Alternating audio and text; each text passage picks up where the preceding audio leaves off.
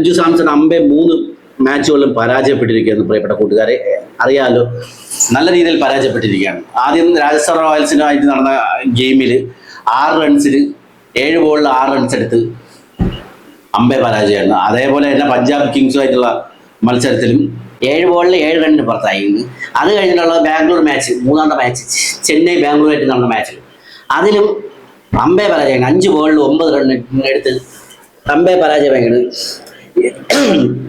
ഇതെല്ലാം ചൂണ്ടിക്കാണിക്കണം എന്നു പറഞ്ഞാൽ എനിക്ക് സഞ്ജു സാംസണിന്റെ ആ ടീമിന്റെ ചെന്നൈ ടീമിന്റെ മൊത്തത്തിൽ അറ്റ്മോസ്ഫിയർ മൊത്തമായിട്ടുള്ള ഇത് കണ്ടിട്ട് എനിക്ക് തോന്നുന്ന ഒരു ടീം സെറ്റ് ആയിട്ടില്ല പ്രിയപ്പെട്ട കൂട്ടുകാരെ. ഇതുവരെയായിട്ട് ടീം സെറ്റ് ആയിട്ടില്ല.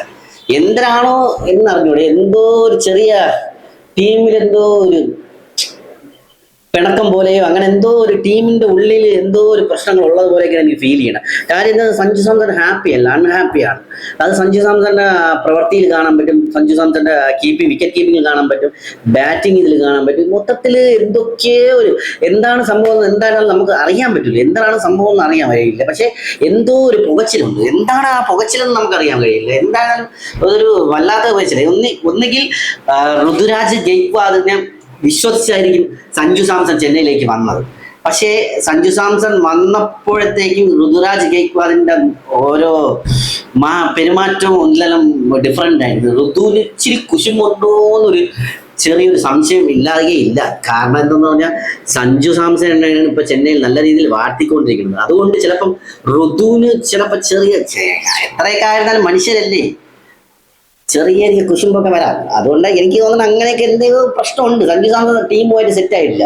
പക്ഷെ കോച്ച് ഫ്ലെമിങ് പറഞ്ഞതെന്ന് പറഞ്ഞാൽ ഇപ്പൊ രാജസ്ഥാൻ റോയൽസുമായിട്ട് കഴിഞ്ഞിട്ട് തിരിച്ച് ചെന്നൈയിൽ ഇപ്പൊ ജോയിൻ ചെയ്തല്ലോ. അപ്പൊ ഒരു ടീമുമായിട്ട് കമ്മിറ്റ് ആവാൻ വേണ്ടി കുറച്ച് സമയം എടുക്കും, ടീമുമായിട്ട് സെറ്റായി വരാനായിട്ട് കുറച്ച് സമയം എടുക്കും. അതുകൊണ്ടാണ് സഞ്ജു സാംസൺ എന്തായാലും സഞ്ജു സാംസൺ ആണ് തിരിച്ച് വരെ തന്നെ ചെയ്യുമെന്നാണ് ഫ്ലെമിങ് പറയുന്നത്.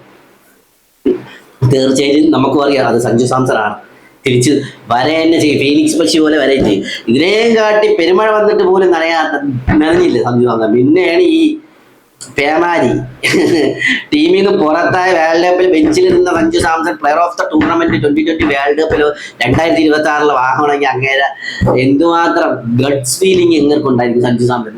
അതേപോലെ തന്നെ ഞാൻ വീണ്ടും പറയാണ്, ഈ 3 മാച്ച് കൊണ്ടുവന്നത് സഞ്ജു സാംസനെ അളക്കാൻ ആരുമായിട്ടില്ല.